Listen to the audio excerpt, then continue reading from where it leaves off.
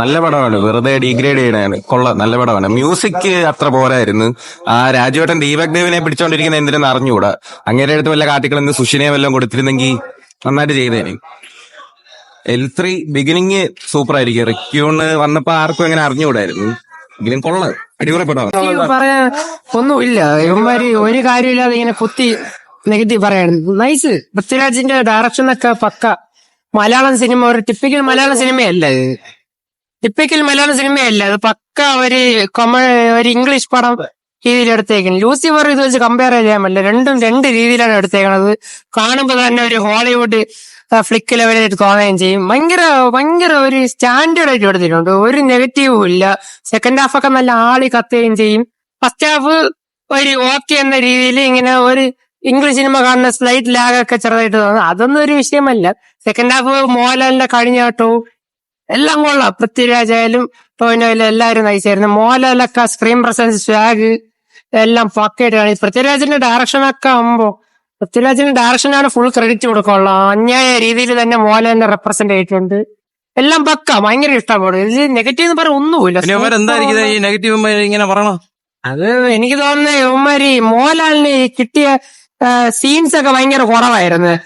അപ്പൊ അവർക്ക് കിട്ടുന്ന അതായത് ഈ ടിപ്പിക്കൽ മോഹൻലാൽ ഫാൻസുകാർക്ക് കിട്ടുന്ന ആ രീതി കിട്ടിയിട്ടില്ല. ഒരു ഇംഗ്ലീഷ് സിനിമ എന്ന രീതിയിലാണ് എടുത്തേക്കുന്നത്. അപ്പം അവർക്ക് ഈ മോഹൻലാലിനെ ഇങ്ങനെ ഫുൾ ടൈം ഇങ്ങനെ കിട്ടാത്തതിന്റെ ആ ഒരു അങ്ങനത്തെ ചെറിയ നെഗറ്റീവ് അതൊക്കെ. ഈ ഇംഗ്ലീഷ് സിനിമ കാണുന്നവർക്കൊക്കെ ഈ പടമൊക്കെ ഒക്കെ ആയിട്ട് നല്ലപോലെ ഇഷ്ടപ്പെടും.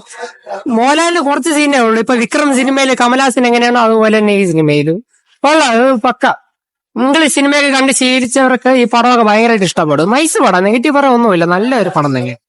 അടിപൊളി, കുറച്ചുകൂടി എന്റർടൈൻ ആവണമെന്ന് തോന്നുന്നു.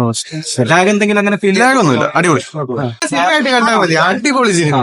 ലൂസിഫർ പോലൊരു എക്സ്പെക്ടേഷൻ നമുക്ക് കിട്ടിയില്ല. ഒരു ഗുസ്ബംസ് കിട്ടിയില്ല, അത്രേ ഉള്ളൂ. ഇങ്ങനെ ഓവർലോഡഡ് സ്ക്രിപ്റ്റ് ഒക്കെ ആണെന്ന് തോന്നുന്നു. അതുകൊണ്ടായിരിക്കും.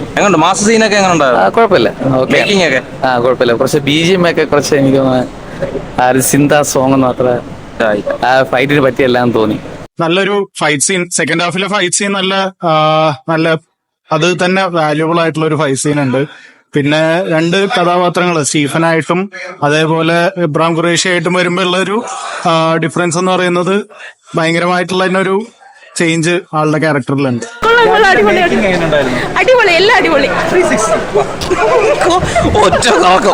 നല്ല പടം, ഇഷ്ടപ്പെട്ടു. എങ്ങനെയുണ്ട് മഞ്ജേച്ചി, ടോവിനോ, ലാലേട്ടൻ? ഡയറക്ഷൻ എങ്ങനെയുണ്ട്? കിട്ടില്ല, പ്രതീക്ഷ ലെവലിൽ കിട്ടി. നന്നായിരുന്നു. കുറച്ചുകൂടി നന്നാവുമായിരുന്നു. ഡയറക്ഷൻ നല്ല തന്നെയാണ്, ഡെഫിനറ്റ്ലി നല്ല തന്നെയാണ്. കുറച്ചുകൂടി നന്നാവുമായിരുന്നു. എക്സ്പെക്ടേഷൻസിന് അത്രയ്ക്ക് മീറ്റ് ചെയ്തിട്ടില്ല. പക്ഷെ കുഴപ്പമില്ല, ഓവറോൾ നല്ല തന്നെയാണ്. കൊള്ളാം, നന്നായിട്ടുണ്ട്. പൃഥ്വിരാജിന്റെ മേക്കിംഗ് എങ്ങനെയുണ്ട്? കൊള്ളാം, നല്ല എല്ലാ അടിപൊളിയായി. ഇതുവരെ കാണാത്തൊരു മലയാള സിനിമ പോലെയൊക്കെ തോന്നിയോ? ഭയങ്കര അതെ.